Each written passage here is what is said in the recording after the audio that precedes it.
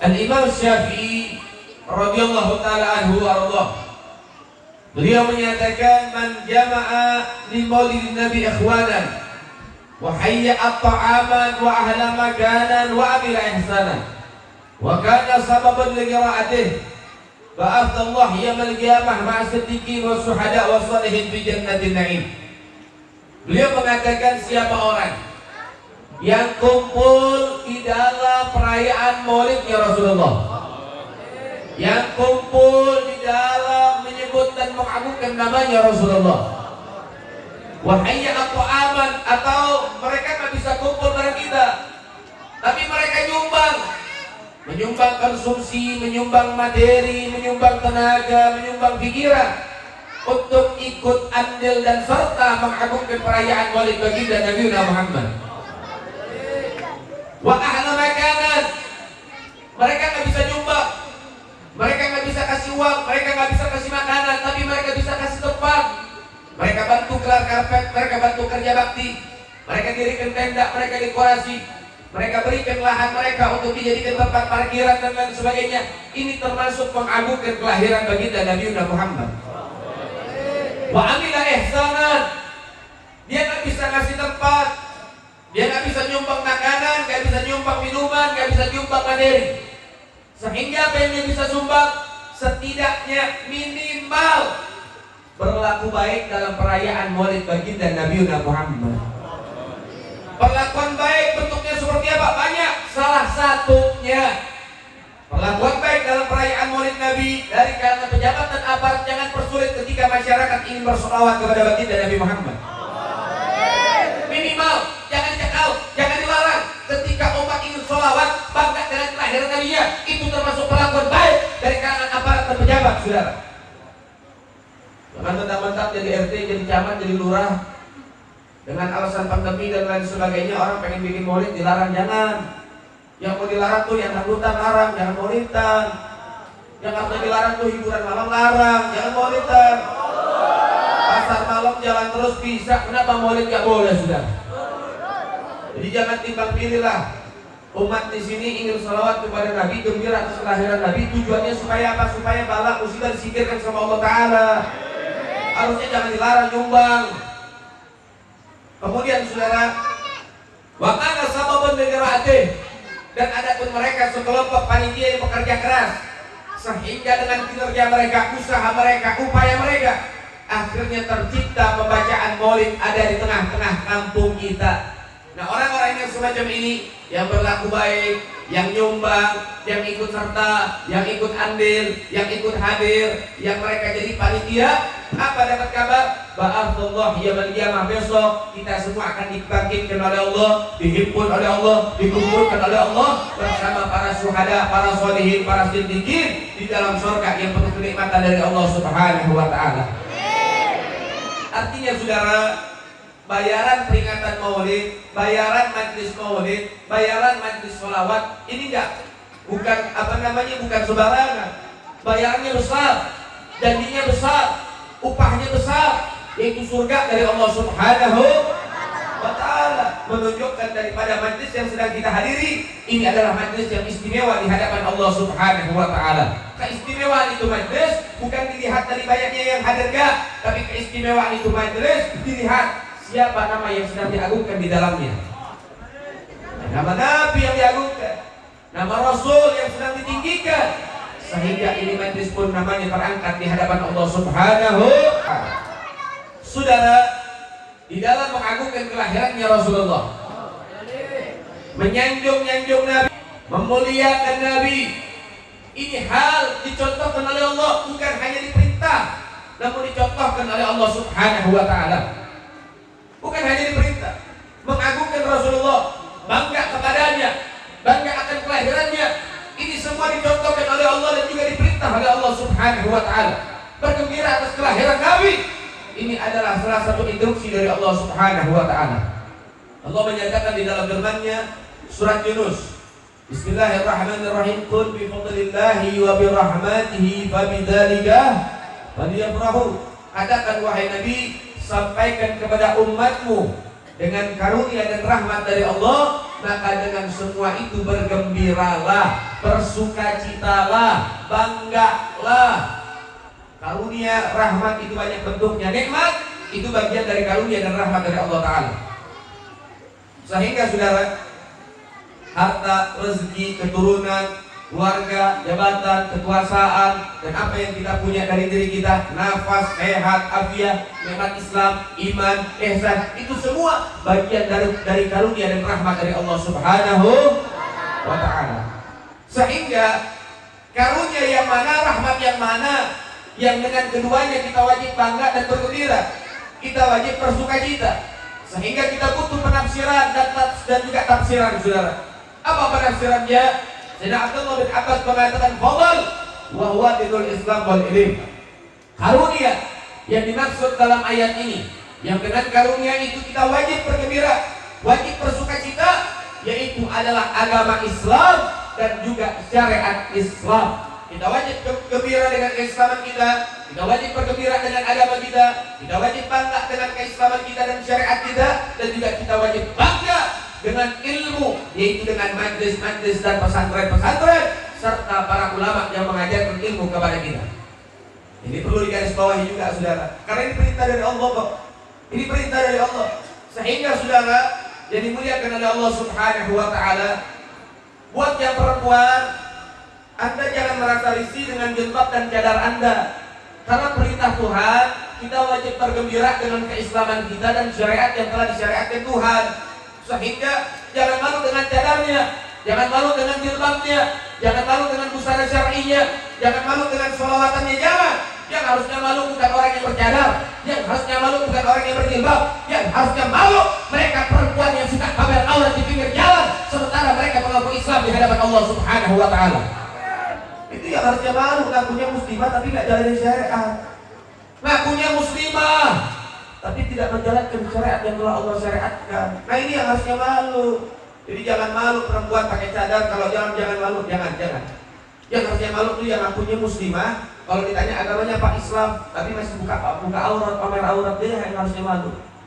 Yang lagi pun demikian, jangan malu dengan kopiahnya, jangan malu dengan sorbannya, jangan malu dengan gamisnya, jangan malu dengan baju koko dan sarungnya, jangan. Karena itu libasul anbiya wal muttaqin. Itu adalah pakaian para nabi dan juga orang-orang bertakwa. Sehingga kita wajib bergembira dengan keislaman kita. Coba kita lihat orang-orang non-muslim di luar sana. Mereka bangga dengan simbol-simbolnya. Mereka bangga dengan agama mereka. Mereka bangga dengan salibnya. Mereka bangga dengan simbol-simbolnya. Kenapa kita tidak bangga dengan keislaman kita dan juga lambang-lambang keislaman kita? Saudara, namun hal ini juga Allah Ta'ala menyatakan wa bi rahmatihi, dan dengan rahmat dari Allah Ta'ala. Dengan rahmat dari Allah kita wajib bergembira. Rahmat yang mana? Sayyidina Abdullah bin Abbas menafsirkan kalimat rahmat di sini dengan mengambil ayat yang lain, wa ma arsalnaka ila rahmatan lil alamin. Tidaklah aku utus engkau wahai Muhammad melainkan engkau menjadi rahmat yang terbesar bagi seluruh alam semesta. Adanya Nabi, kelahiran Nabi ini simbol rahmat dari Allah Subhanahu wa Ta'ala. Keadaan Nabi, keberadaan Nabi, wujudnya Nabi, kita wajib bergembira dan bersukacita.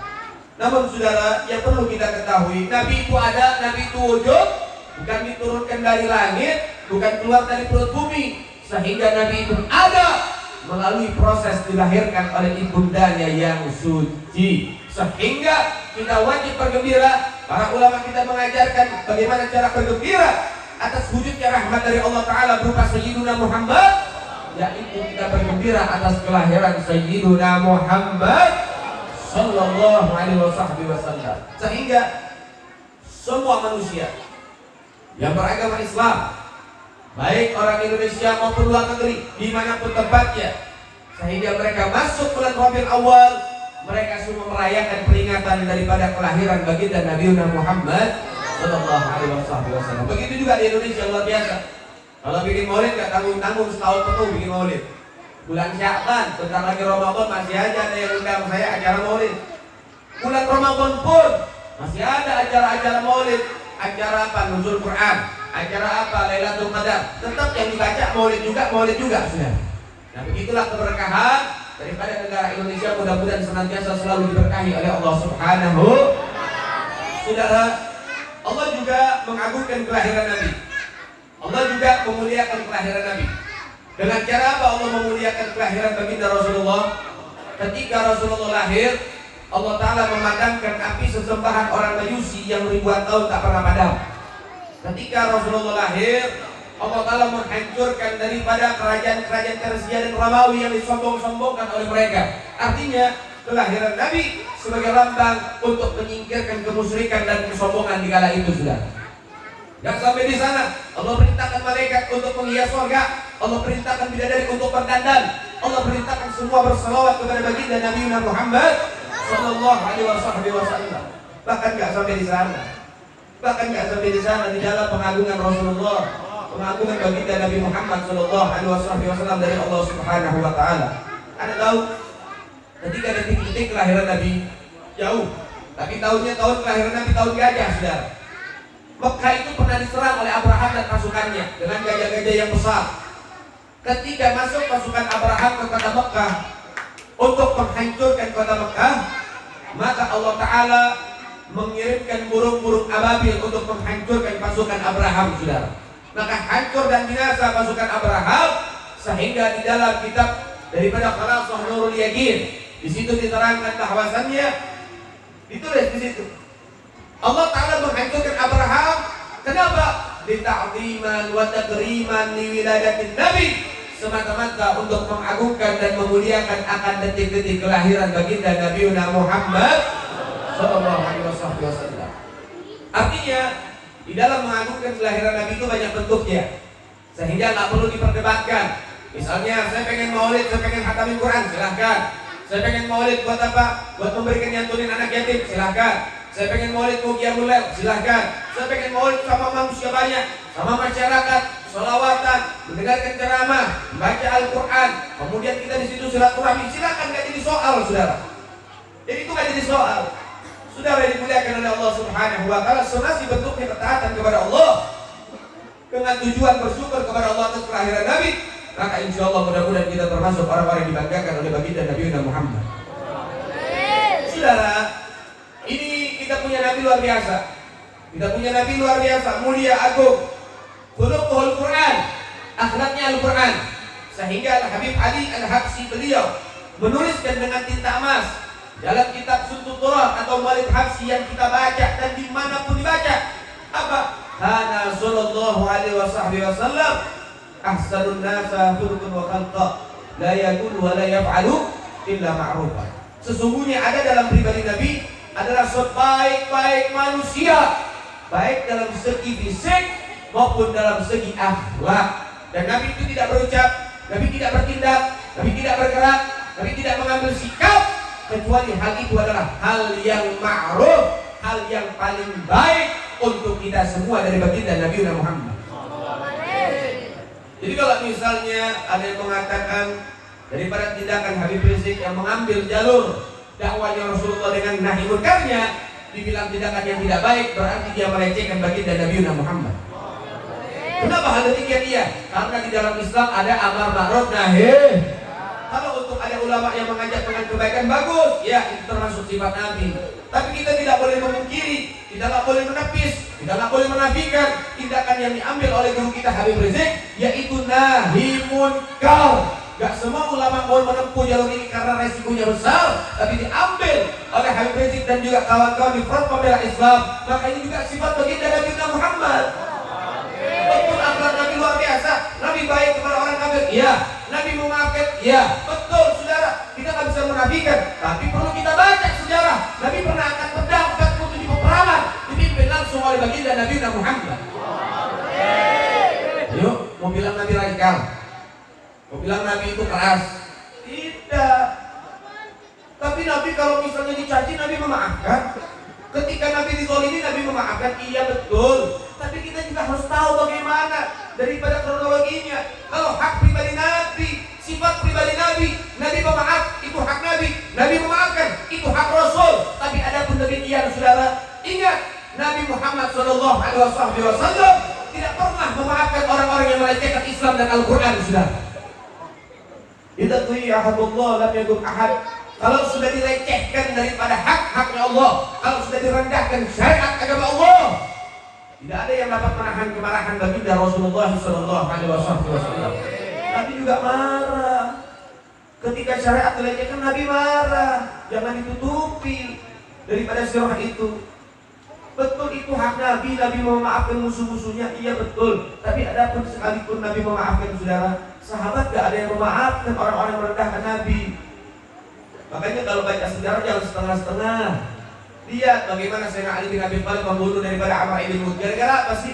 Gara-gara Amr ibn Wud di dalam perang Khandaq melecehkan Nabi, merendahkan Nabi. Gak terima Sayyidina Ali yang usianya masih 23-25 tahun saudara, dibelah dua tubuhnya Amr ibn Wud.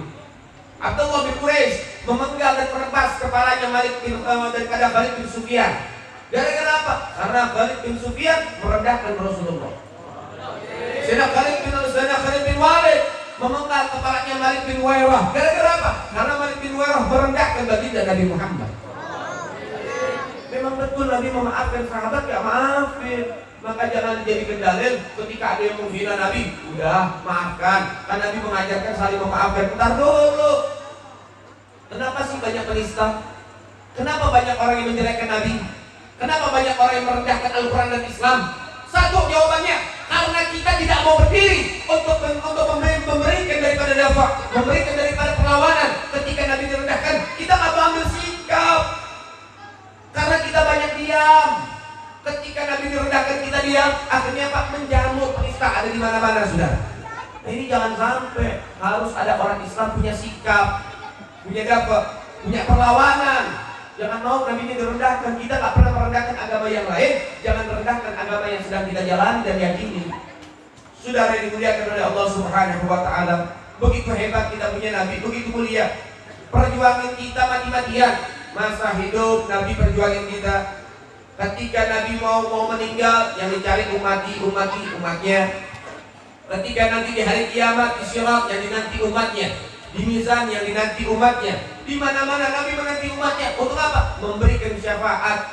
Sampai-sampai para anbiya dari Israel, nabi-nabi terdahulu itu nggak ada yang kuat sama umatnya, sehingga mereka minta sama Allah, ya Rabb, tolong binasakan semua umatku. Nabi Nuh doa 1000 tahun dakwah cuma 80 orang yang ikut. Doa, ya Rabb, binasakan umatku. Dikirim banjir bandang, mati semua umatnya. Kaumnya Nabi Lut, kaum Ad, minta sama Allah, ya Rabb, kata Nabi Lut, tolong binasakan kaumku ini. Ini kaumku ini LGBT, gak pernah paham, dikasih tahu nasihat gak didengerin, dibinasakan oleh Allah kaum Ad dengan dikirimkan hujan batu. Kemudian akhirnya apa? Dikubur hidup oleh Allah Subhanahu wa Ta'ala sampai menjadi ardul bait, yaitu daripada tanah mati di sana, saudara. Semua para nabi-nabi Bani Israel gak ada yang kuat sama umatnya kecuali Sayyidina Muhammad. Lemparin batu di Taif, berdarah pelepisnya, pecah giginya. Apa yang Nabi doakan? Allah mahdi qaumin fa innahum la ya'lamun. Ya Rabb, mudah-mudahan ini orang dapat hidayah. Kalau nggak ada di antara mereka yang beriman, saya doain ada anak keturunan yang beriman. Itu doa Nabi.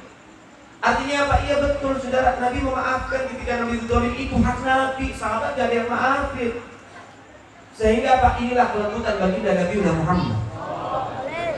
Berjuangin kita. Nabi pernah sujud panjang, kakinya bengkak, ngapain? Doain umatnya. Nabi pernah nangis di tengah malam, ngapain? Doain umatnya. Sampai-sampai di hari kiamat itu Rasulullah kasih daripada syafaat buat orang semua manusia, semua orang umatnya. Dikasih syafaat sama Rasulullah.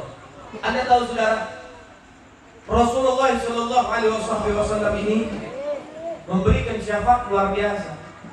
Nabi gak rela ada satu umatnya yang di neraka, gak rela. Nabi kasih syafaat semuanya. Semua nanti kita ini umatnya Nabi bakal lari ke Nabi minta syafaat. Nabi tolong kita semua. Maka mudah-mudahan kita termasuk umat yang ditolong sama Rasulullah. Pernah saudara? Ketika sudah umat yang di dalam penghisapan, sirat sudah ditolong sama Nabi semua. Ada beberapa umat yang gak pakai dihisap masuk neraka. Ada umat yang gak pakai diperhitungkan oleh Allah Ta'ala masuk neraka. Kenapa? Sudah banyak dosa. Keterlaluan udah di umat. Umat Nabi keterlaluan. Jadi dijebloskan ke dalam neraka oleh Allah Ta'ala. Anda tahu? Nabi minta izin sama Allah supaya masuk ke dalam neraka untuk apa? Untuk melihat, memeriksa di dalam neraka ada umatnya atau tidak. Nabi lihat, ternyata ada umatnya. Malaikat penjaga neraka tanya, wahai Nabi, di mana kau mengenal umatmu? Dan juga kenapa kau nggak sisakan satu umatmu untuk diazab dalam neraka?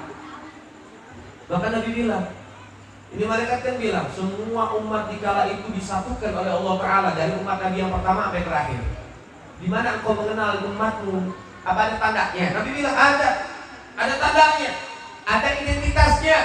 Apa kata Nabi identitasnya ada tandanya? Atharul wudu was sujud. Bekas wudu dan sujudnya, artinya apa? Ini orang yang ngerjain sholat.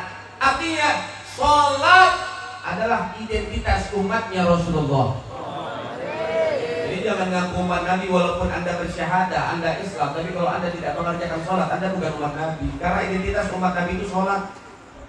Identitas orang yang Islam itu sholat. Apa sih yang membedakan kita sama orang kafir? Sholat. Sehingga itu adalah identitas seorang muslim. Kemudian ketika Nabi ditanya, apa nggak disisain satu? Apa jawab Nabi? Wallahi la arda wa ummati binnar. Demi Allah saya nggak ridho satu umatku ada di dalam neraka, saya nggak pernah ridho. Dikeluarin satu-satu sama Rasulullah. Dikeluarin.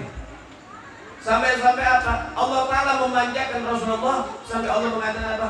Wala sawfa yu'tika rabbuka. Dan Tuhanmu memberikan kepadamu sampai kamu ridho, sampai kamu puas. Dan yang termasuk diminta oleh Allah oleh Rasulullah, memberikan syafaat kepada segenap umat-umat yang sedang disiksa. Nah, ini menjadi satu hal yang harus disampaikan di saat ini. Nabi bilang asal wudu, bekas wudu, artinya itu orang masih ngerjain sholat. Karena maksiatnya yang banyak, dia harus menjalankan dan siksa. Tapi dia mengerjakan sholat, setidaknya dia masih dapat pertolongan dari baginda Nabi Muhammad.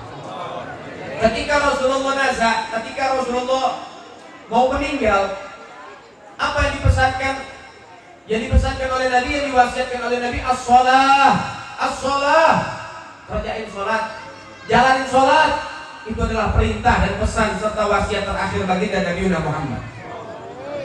Karena Nabi tahu akhir zaman banyak yang tinggalin sholat, bahkan meremehkan sholat sudah.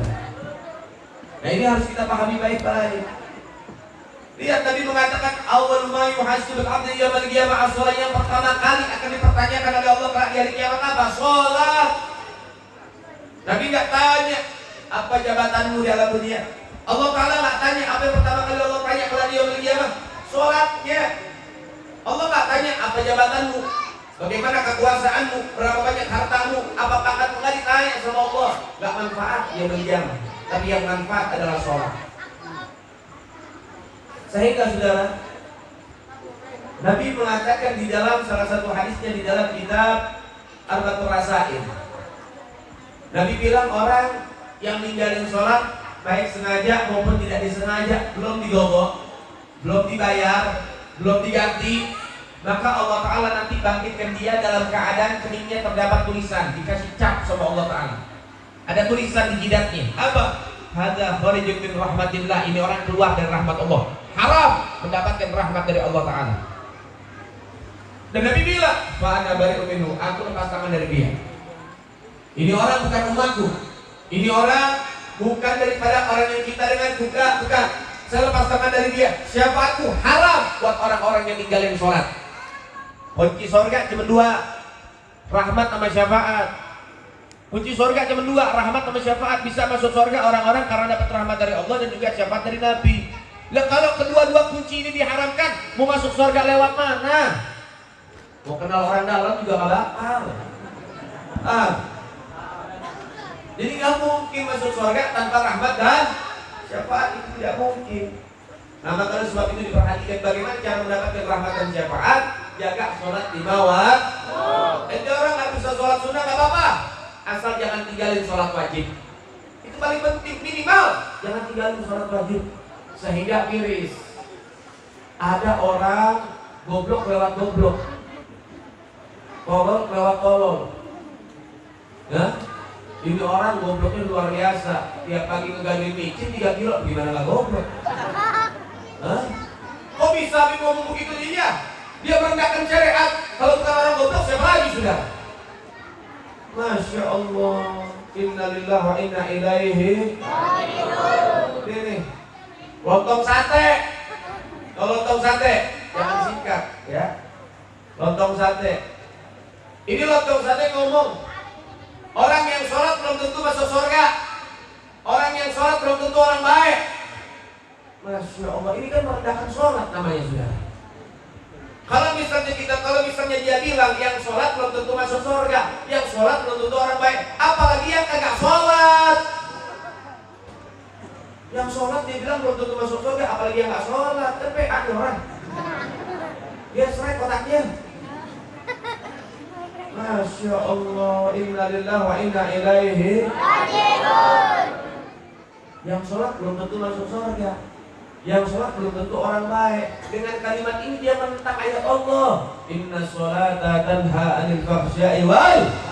Sesungguhnya sholat mencegah kekejian dan kemungkaran bagi pelakunya. Orang yang ngerjain sholat maka akan dijaga oleh Allah, dituntun oleh Allah, dibimbing oleh Allah supaya tidak mengerjakan kekejian dan kemungkaran, saudara.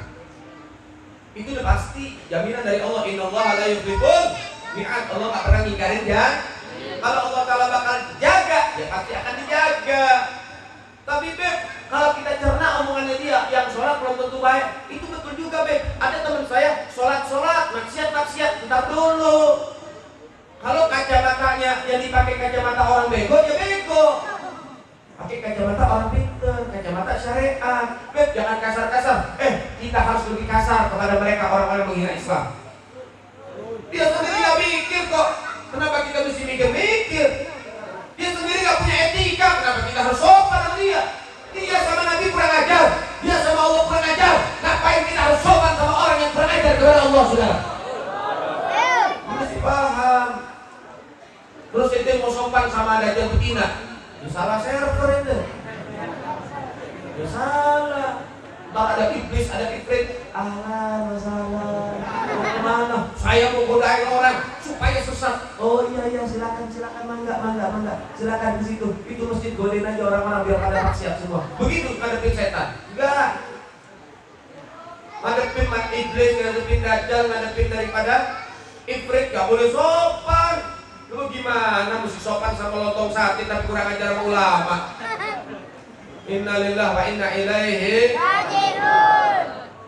Sekarang kalau kita bahas dengan pandangan syariat, kalau misalnya dikata betul ada memang faktanya ada orang sholat tapi maksiat entar dulu. Allah Ta'ala udah bilang udah jelas orang yang sholat akan dijaga sama Allah biar nggak melakukan maksiat dan dosa. Itu udah jelas. Tapi kok ada orang yang sholat masih maksiat, lihat udah sholat apa belum? Dia sholat iya, sholat menurut kamu belum tentu sholatnya sah, belum tentu sholatnya makbul diterima sama Allah. Gak usah jauh-jauh. Sekarang kita berpikir, ada orang sholat Jumat pakai kaos sama pakai celana jeans, pas lagi sujud kebuka auratnya. Saya pengen tanya, sholatnya sah apa batal? Sah apa batal? Sah apa batal? Nah, kalau orang sholatnya batal, kira-kira udah sholat apa belum? Udah sholat apa belum? Pertanyaannya, dia gobok nggak sholatnya di rumah? Dia ganti nggak? Dia sholat lagi nggak? Berarti dia udah sholat apa belum? Udah sholat apa belum? Karena tadi di masjid dia sholat, bagaimana? Paham nggak saya di sini ente? Artinya apa? Kadang-kadang ada orang berpikiran dia sholat, tapi nggak punya dalam syariat dia belum sholat. Kenapa?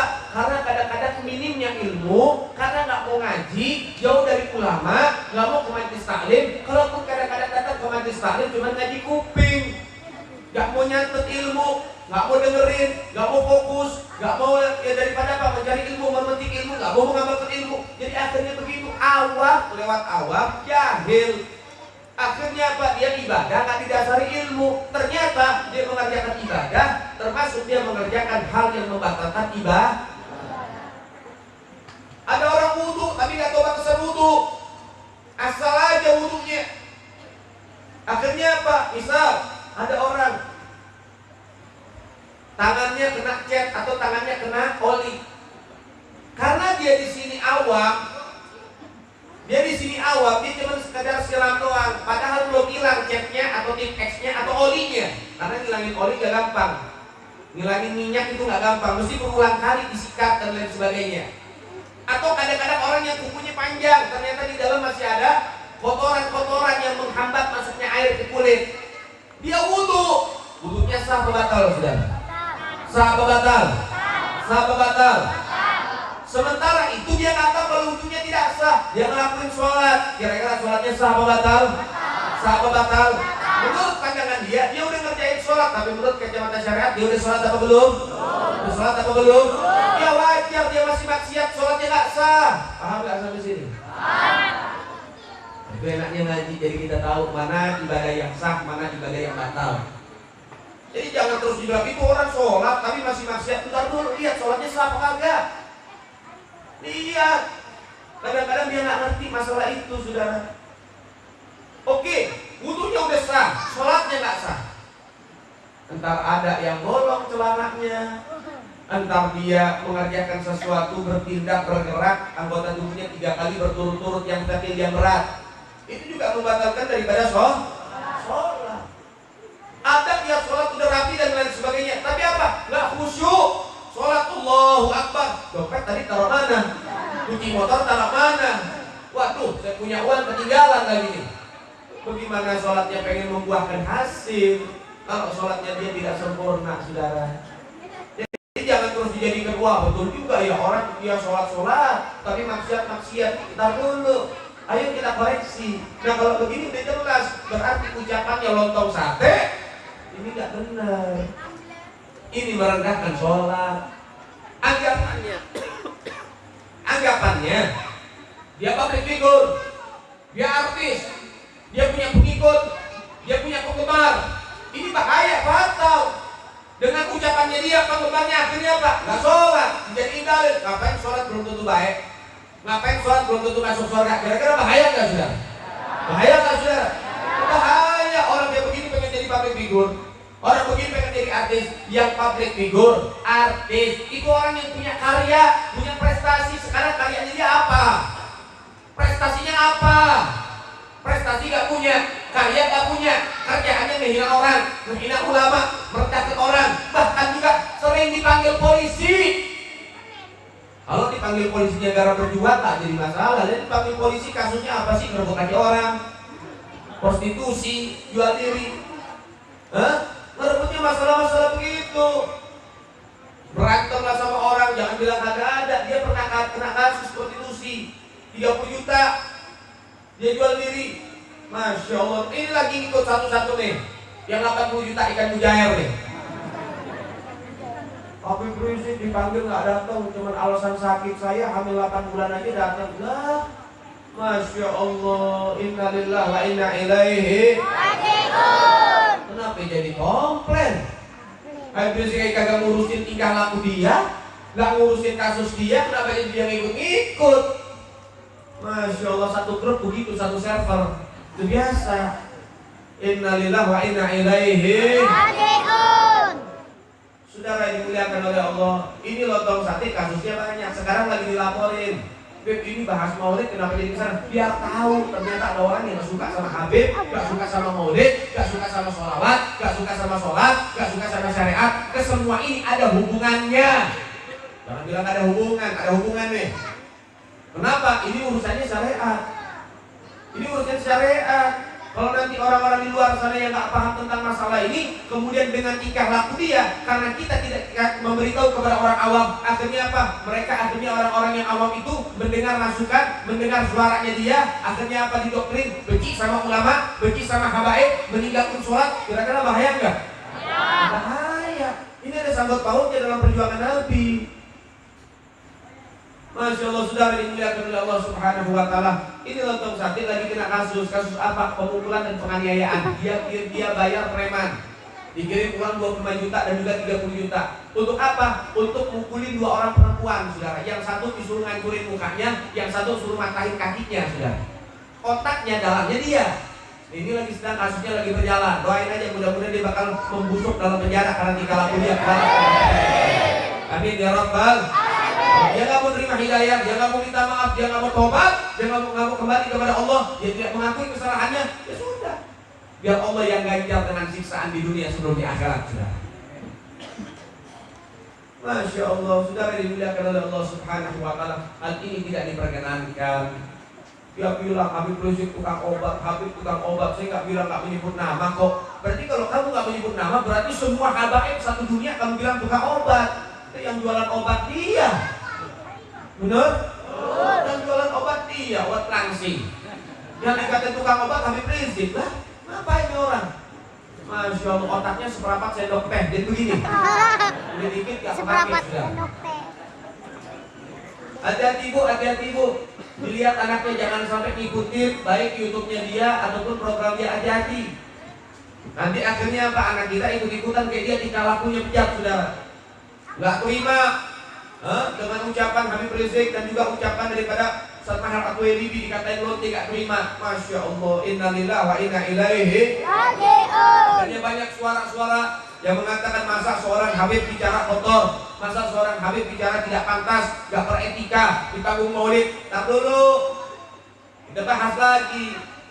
Saudara, kalau misalnya kita bahas masalah ini, biar kita paham.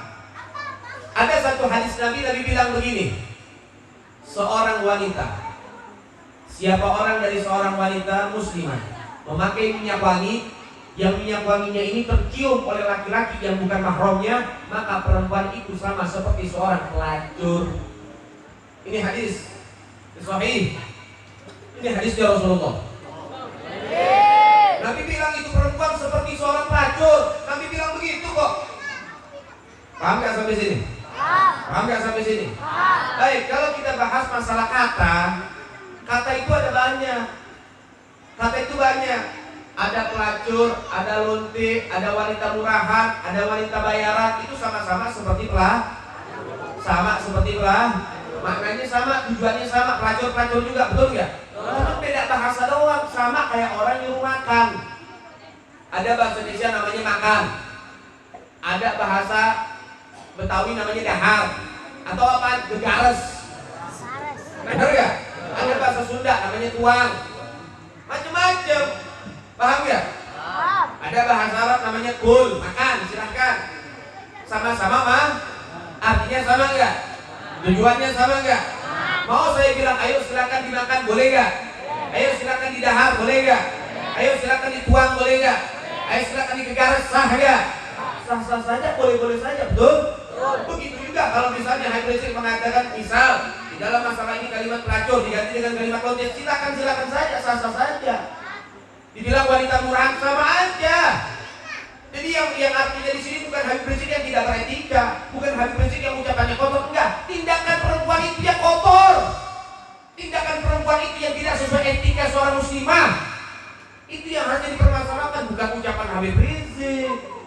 Sekarang kalau misalnya ucapan ini dipermasalahkan, ayo mau bilang Nabi gak beretika, mau bilang Nabi gak berakhlak, sementara Nabi bilang begitu. Sementara Nabi adalah manusia yang paling berakhlak. Maka oleh sebab itu ntar dulu jangan termakan isu lah. Banyak orang sekarang gak suka sama ulama, benci sama ulama. Kenapa? Karena mereka takut keberadaan ulama ini menjadi magnet dan menjadi power yang besar, bisa mendidik umat, dan umat taat tunduk terhadap ucapan para ulama, sehingga mereka khawatir pekerjaan mereka hilang. Kenapa? Karena mereka jualan maksiat. Artinya seperti itu, hati-hati. Kita nggak bisa lepas dari ulama, nggak bisa jauh dari ulama. Ulama itu pewaris Nabi, ulama itu peninggalannya Nabi, ulama itu amanah dari Nabi buat kita. Kita nggak bakal kenal Rasul, kita nggak bakal kenal Allah, kita nggak bakal bisa sholat, kita nggak bakal bisa ngaji, kita nggak bakal bisa ngaji Quran, kita nggak bakal bisa sholawatan, kita nggak bakal bisa menjadi anak yang bakti, kita nggak bakal bisa menjadi hamba yang bakti, kita nggak akan bisa menjadi orang yang baik tanpa peranan dan didikan para ulama. Ustaz-ustaz, kiai-kiai, habaib yang didik kita siang hari malam, ngajarin ngaji, ngajarin takut sama Allah, ngajarin tunduk patuh kepada Allah. Mereka para ulama kita. Bahkan mereka ini para ulama diancam, diteror, didiskreditkan, dipojokin, dicaci, dimaki, difitnah. Tapi para ulama kita semuanya gak putus asa membimbing kita, bimbing terus. Masuk ke kampung-kampung, wilayah-wilayah, provinsi-provinsi, masjid-masjid, musola-musola, pedalaman-pedalaman. Mereka berjuang. Mereka punya keluarga ditinggal, mereka punya anak ditinggal secara sementara. Untuk apa? Berjuang buat apa? Memimpin para umat supaya pada dekat dengan Allah dan Nabi Muhammad. Kok ada kelompok yang gak suka dengan keberadaan ulama? Innalillahi wa inna ilaihi. Kenapa? Karena ulama itu menyuarakan yang hak, dan juga supaya apa? Supaya mengajarkan kepada kita melawan kebatilan. Mereka nggak terima, mereka nggak suka. Ya, itu resiko perjuangan, saudara. Makanya kayak kadang-kadang saya kaget, ini Habib Rizik salahnya apa sampai sebegitu rupa? Rampok bukan, betul? Bandar bukan, pengedar narkoba bukan, tukang judi bukan, raja prostitusi bukan, kemudian bawa lari aset negara ada, merugikan negara tidak. Ada apa dengan Habib Rizik? Kok ditakutin banget, saudara? Kok banyak yang nggak suka? Ya rata-rata yang nggak suka siapa? Ya itu yang mereka punya lahan di tempat-tempat maksiat. Salahnya Habib Rizik itu apa? Nggak ada apa-apa. Masya Allah, baliho dicopot-copotin, balihonya dicabut-cabutin. Ya kita mau nggak marah, biasa cuma lucu aja ngeliatnya. Disuruh atasan buat ke medan pertempuran, malah ke pertempuran. Masya Allah, inna lillahi wa inna ilaihi. Copot-copotin baliho, ngomongnya arogan. Masya Allah, iri bilang bos. Bocah. Masya Allah. Tapi kan jadi masalah. Dia mau copotin terserah. Dengan ucapan apa? Mendirikan baliho itu ada peraturannya, ada perdaknya, ada yang namanya bayar daripada bayar ini semua dan lain sebagainya. Kalau kita bicara demikian, iya betul. Kalau misalnya dia pengen betul-betul menjalankan yang namanya daripada satu hal, daripada peraturan negara, peraturan pemerintah. Misalnya ini baliho gak ada izin, cabut. Kalau gitu jangan pilih-pilih, semua baliho copotin.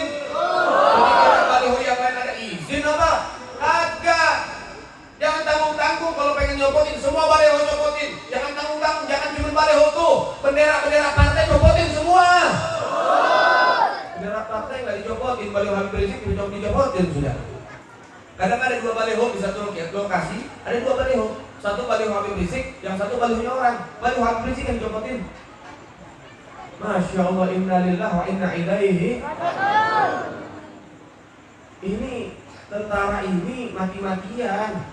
Dia itu belajar perang, keluar masuk hutan, belajar memainkan senjata, belajar nembak, belajar ini. Kenapa jadi kerjaannya nyopot baliho? Nah kalau nyopot baliho mana STM jago.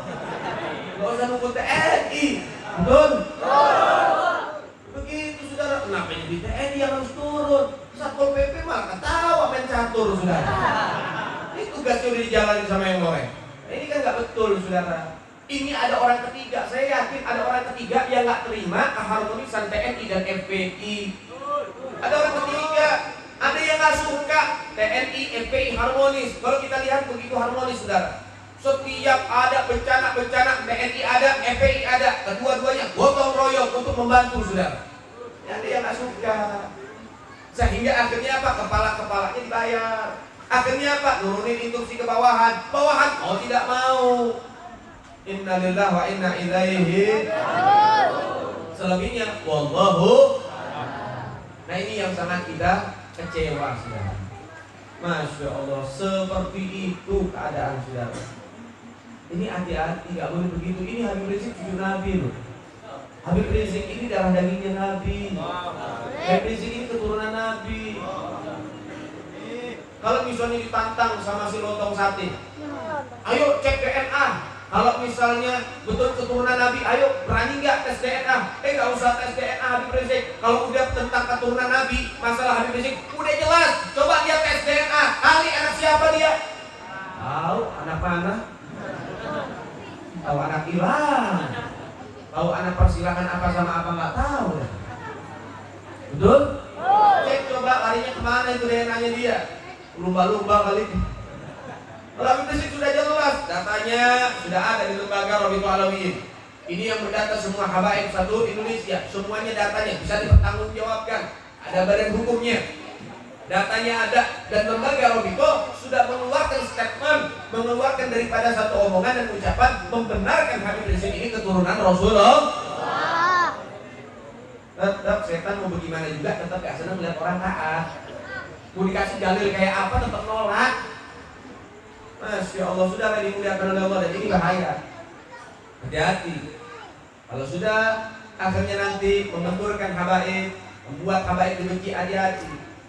Nabi bilang, saudara, ahaballahu lima yaqtumu bihi min ni'amihi wa hibbuni li hubbillah wa hibbu ahli baiti li hubbi. Cintalah kalian kepada Allah karena Allah memberikan kenikmatan kepada kalian, dan cintalah kalian kepadaku, bukti cintamu kepada Allah, dan cintalah kalian kepada keturunanku, bukti cintamu kepadaku dan kepada Allah. Artinya cinta kepada Allah wajib, cinta kepada Rasul wajib, maka cinta kepada anak keturunan Nabi juga ikut wajib. Tidak sah kecintaan kita kepada Rasul dan kepada Allah kalau kita masih benci keturunan Tapi ini nggak bisa dipisahkan. Syariat. Makanya Nabi bilang apa? Taraktukum tsaqalain. Saya tinggalkan 2 pusaka. Tsaqalain. Kedua-duanya berat. Bebannya berat. Apa? Yang pertama Al-Quran, kitabullah, Al-Quranul Karim. Yang kedua, itrati keturunanku. Di dalam yang lain sunnati, sunnahku. Tapi tetap kedua-duanya hadis sahih. Al-Quran, sunnah, dan juga keturunan Nabi. Ini gak bisa dipisahkan. Sampai Nabi bilang apa? Man mata ala rukni ahli bait mata Yahudiyan atau Nasraniyan. Siapa orang yang mati di dalam hatinya membawa kebencian kepada keluarganya Rasulullah, sedikit saja kebencian itu dibawa sampai mati, maka dipastikan matinya dalam keadaan Yahudi ataupun Nasrani. Artinya mati dalam keadaan murtad.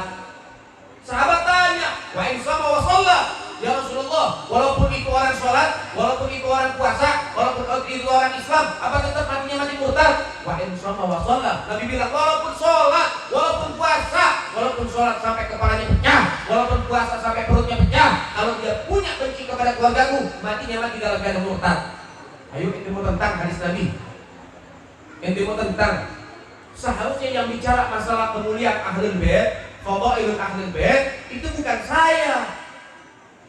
Sebetulnya yang harus bicara itu bukan habaib-habaib, para asatid yang wajib, para kiai, para asatid itu yang wajib dan berhak, lebih berhak untuk mengutarakan dan mengungkap masalah ini, sudah.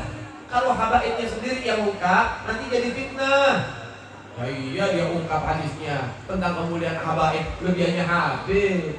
Ini buat kepentingan pribadi. Nah itu fitnahnya, saudara. Padahal ini syariat, nggak diungkap dosa nutupin syariat, diungkap fitnah. Maka yang lebih berhak untuk mengungkap masalah ini para kiai, para asatid, untuk mengungkap di tengah-tengah umat. Itu wajib. Nah, saudara yang dimuliakan oleh Allah Subhanahu wa taala, maka oleh sebab itu doakan saja Habib Rizik biar dilindungi sama Allah. Dan diberikan sehat walafiat. Nah, yang musuhin tanya, kenapa yang musuhin itu tadi penjahat-penjahat negara? Pada panik semuanya. Sekarang dibilang orang yang ikut ke bandara, orang yang ikut acara maulid di tempatnya Habib Ali Asegaf, waktu Habib Rizik ceramah, orang yang ke Petamburan, itu ada 50 orang yang positif COVID. Fitnah. Sampai detik ini nggak ada datanya, saudara. Kemudian Habib Rizik diisukan kena COVID-19, kena corona. Udah Habib Rizik udah swab secara mandiri, nggak mau swab dari pemerintah, bisa diakalin. Dia yang swab, yang bikin keterangannya, ya bisa diakalin. Nggak usah jauh-jauh. Tetangga saya matinya sakit jantung, diponis COVID kok. Berapa banyak masalah itu di Jawa Timur, mati gara-gara liver, mati gara-gara ginjal, mati gara-gara komplikasi, langsung COVID. Gak nyari dana doi. Bagaimana ini? Sakitnya apa? Tetap dibilangnya COVID. Banyak lah, kita juga gak mau guru kita nanti dibilang begitu, saudara. Kan udah ada tuh videonya tukang ojek, dikasih uang 15 juta suruh ngaku COVID, saudara. Ini COVID, corona, emang virusnya ada, tapi ini menjadi kambing hitam. Untuk supaya apa? Supaya kita ini masyarakat, untuk supaya masyarakat ini nggak bisa bergerak kemana-mana. Sementara pejabat-pejabat lagi sibuk nguras uang rakyat. Kita biar nggak bisa bersuara, kita biar sibuk sama yang namanya corona, panik dengan corona. Mereka sibuk lagi nguras uang rakyat, gendutin perut, saudara. Itu tujuannya. Mereka sibuk bikin undang-undang baru yang merugikan rakyat dan menguntungkan investor asing, saudara. Itu tujuan mereka. Maka sebab itu hati-hati. Maka ini kabar saya akan berikan kepada antum. Habib Rizik sudah menjalani swab secara mandiri. Artinya dengan orang-orang yang dipercaya oleh beliau, dokter-dokternya pribadi beliau, dan alat-alatnya dipercaya oleh beliau. Dan subhanallah, satu keluarga udah di swab semuanya, hasilnya negatif. Alhamdulillah. ngomongin apa lagi lu? Hah? Sebelum swab dibilang positif, sekarang udah swab hasilnya negatif, mau ngomong apa lagi? Masya Allah, innalillah wa inna ilaihi. Saudara yang dimuliakan oleh Allah Subhanahu wa Ta'ala, dan juga umat jangan terpancing. Baliho-baliho yang diturunkan biarin, gak jadi masalah. Itu kan baliho penyambutan Habib Rizik.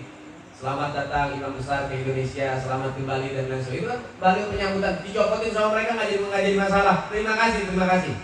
Terima kasih, kita nggak punya waktu nyopotin, ente bantu nyopotin. Terima kasih. Ente baru nyopotin 200, sisanya 3.000 tuh. Beresin dah. Jadi kita terima kasih. Kenapa? Karena udah selesai acaranya, Habib Rizik udah kembali ke tanah air. Jadi jangan sibuk sama baliho. Kenapa? Karena ini pancingan. Memang kepengen mereka pancing kalau nanti ada yang marah mengenakan atribut FPI, kemudian akhirnya terjadi yang namanya bentrokan, itu nanti disorot. Akhirnya apa tujuannya? Bubarin FPI. Tujuannya tangkap Habib Rizik. Itu tujuannya. Nah, oleh sebab itu umat jangan terpancing. Kalau balihonya dicopot, ya udah dia nggak jadi masalah. Besok pasang lagi. Ya enggak? Belum pernah ngeliat pansor kan itu kan? Belum lihat tank masuk kampung kan? Nah, pasang baliho nanti ada tank di sini. Ya, Masya Allah. Saudara dimuliakan oleh Allah Subhanahu wa Ta'ala, intinya doakan guru-guru kita, doakan ulama-ulama kita, doakan para kiai, para asatidz biar diistiqomahkan sama Allah, dari kesehatan dia. Karena kita butuh sama sosok mereka. Kalau nggak ada mereka, siapa yang membimbing kita? Kalau nggak ada mereka, siapa yang pengen ngarahin kita? Nah, kalau sebab itu, ayo semuanya harus merapat dengan para majelis dan pesantren, serta kita semua harus dekat dengan para ulama. Tidak ada alasan apapun yang membuat kita harus jauh dari ulama, karena kalau jauh dengan ulama itu bahaya. Sampai mereka orang soleh mengatakan, laulal ilmu wal ulama fanas kal bahaya. Kalau nggak karena ilmu dan ulama, manusia udah kayak binatang semua. Belum Allah bahkan lebih bejat dari binatang. Anak bakar hidup, bakar ibu hidup-hidup dibakarnya mana? Ada di Malang. Gara-gara si anak itu minta uang 10.000 buat beli rosok-rosok, nggak dikasih sama ibunya, dibakar hidup-hidup ibunya. Sulawesi Selatan, tepatnya daerah Goa, seorang anak menggorok leher bapak kandungnya sampai mati. Karena apa? Karena bapaknya tidak mengizinkan anaknya keluar rumah untuk pesta miras bersama kawan-kawannya. Yuyun, usia 10 tahun diperkosa 14 anak SMP, dibawa pengaruh minuman keras. 8 anak pertama, Yuyun masih nafas. 6 anak SMP terakhir yang memperkosa, Yuyun udah jadi mayat. Artinya 6 anak SMP memperkosa bangkai mayat manusia. Kemudian di Tangerang 3 orang memperkosa Indah. Kemudian Indah panik, Indah akhirnya menjerit. Salah satu dari antara mereka panik, akhirnya dicangkul lehernya Indah. Gak sampai sana, batang cangkulnya dimasukkan ke kemaluan Indah sampai merobek jantung dan parunya. Semuanya dalam pengaruh minuman keras. Dan semua pelakunya bukan dari kalangan anak santri, bukan dari kalangan anak majelis taklim, bukan dari kalangan orang yang dekat sama ulama. Semua pelakunya orang yang jauh dari para ulama. Pernah lihat gak anjing bunuh ibunya? Pernah lihat gak? Anak anjing bunuh ibunya, pernah lihat ya? Pernah lihat ya anak babi bunuh bapak babi? Pernah lihat ya? Pernah lihat ya anak ayam bunuh bapak ayam? Pernah lihat ya? Tidak pernah kita lihat begitu, betul? Tapi kalau anak manusia bunuh ibunya ada nggak? Anak manusia bunuh bapaknya ada nggak? Masya Allah, innalillah wa inna ilaihi raji'un. Maka oleh sebab itu ulama benar ngomong begitu. Maka oleh sebab itu, ayo dekat sama ulama yang ngajarin bakti sama orang tua, ulama yang ngajarin akhlak dan etika para ulama. Udah, jangan jauh-jauh dari para ulama. Yang syukur ada majlis di tengah-tengah kampung kita. Mudah-mudahan majlis ini membawa barokah buat kita semua. Amin ya rabbal. Saudara yang dimuliakan oleh Allah Subhanahu wa Ta'ala, maka oleh sebab itu jangan jauh-jauh dari para ulama. Terus berjuang di jalan Allah. Terus kita menimba ilmu agama Allah. Dapat ilmu, amalkan, sebarkan. Juga ajak yang lain untuk menjadi orang-orang yang cinta dengan majlis taklim, sehingga insya Allah hidup kita barokah dunia sampai akhirat. Amin ya rabbal.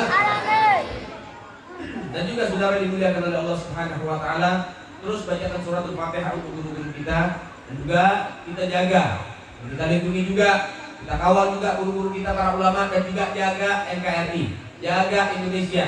Jangan biarkan orang-orang yang zalim untuk menjadi apa? Menjadi memiliki daripada niatan-niatan yang jahat dan juga program-program yang jahat buat kita punya negeri, sudah.